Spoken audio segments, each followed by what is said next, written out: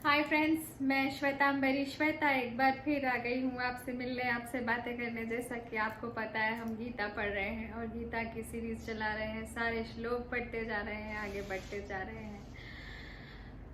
तो आज भी फिर से एक नए श्लोक के साथ आपके सामने आई हूँ।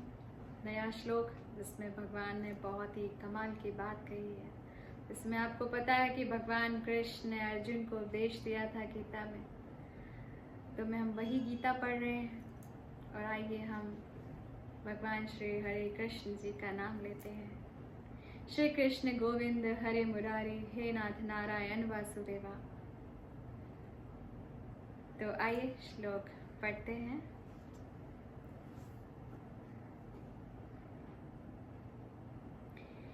कि मामुपेत्य पुनर्जन्म दुखा खलय मशा शतम ना प्रुवन्ति महात्मानः संसिद्धि परमागताः।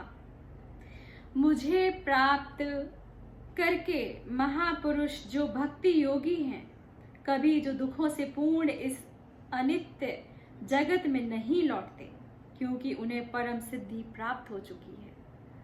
भगवान ने इसमें यही कहा है कि जो लोग मुझे प्राप्त कर चुके हैं, जो मेरे में हमेशा भक्ति में लीन रहते हैं, वो मेरे धाम आ चुके हैं और उनको कभी भी वहाँ से लौटने की इच्छा नहीं होती है। वो कभी भी वापस इस दुनिया में माया में नहीं आना चाहते हैं। जो संत लोग हैं, जो महात्मा लोग हैं, उन्होंने मुझे प्राप्त कर लिया है, वो मेरे धाम में रहते हैं, उन्होंने सारी सिद्धियां प्राप्त कर ली हैं। तो इस श्लोक में यही कहा है, चूंकि वह नश्वर जगत जन्म जरा तथा मृत्यु के क्लेशों से पूर्ण है, वो इस सब चीजों से बाहर निकल चुके हैं।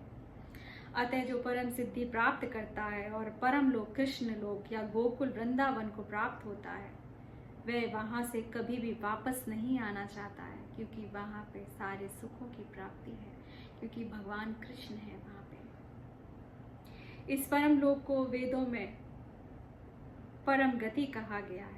दूसरे शब्दों में ये लोक हमारी भौतिक दृष्टि से परे हैं और अवर्णीय है। उसका वर्णन नहीं किया जा सकता कि वो लोक कितना सुंदर है, कितना वास्तविक है।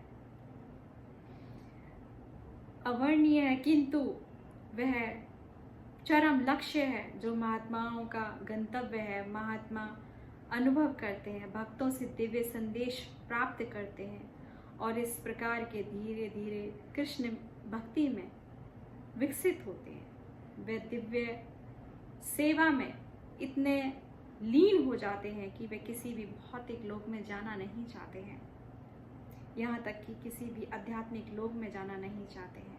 वे केवल कृष्ण तथा कृष्ण के समीप रहना चाहते हैं। तो इस श्लोक में यही भगवान कृष्ण ने कहा है, समझाया है कि मुझे कैसे प्राप्त किया जा सकता है। जो लोग महात्मा लोग वर्षों से मेरी भक्ति में लीन है, मुझसे प्रेम करते हैं, वो सिर्फ कृष्ण के समीप ही रहना चाहते हैं और वो किसी लोक में जाना पसंद नहीं करते हैं, क्योंकि वहाँ पे सारी सिद्धियाँ उनको प्राप्त हैं, सारे सुख प्राप्त हैं। यहाँ तो इस दुनिया में तो जन्म है, मृत्यु है, जरा है, रोग है, जरा वृद्धावस्था है, सब लोग बूढ़े होते हैं और बार बार जन्म लेते हैं, बार बार मरते हैं। रोग है, लोग बीमार होते हैं और रोग से के कारण लोग मर जाते हैं और बार बार फिर वही जो उनके कर्मों के हिसाब से उनका जन्म होता है।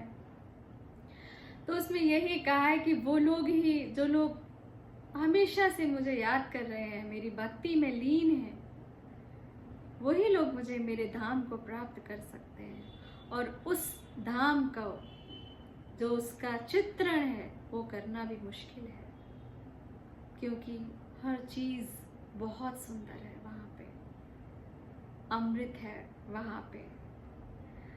वहाँ की सुबह, वहाँ की शाम, वहाँ की हर चीज अलौकिक है।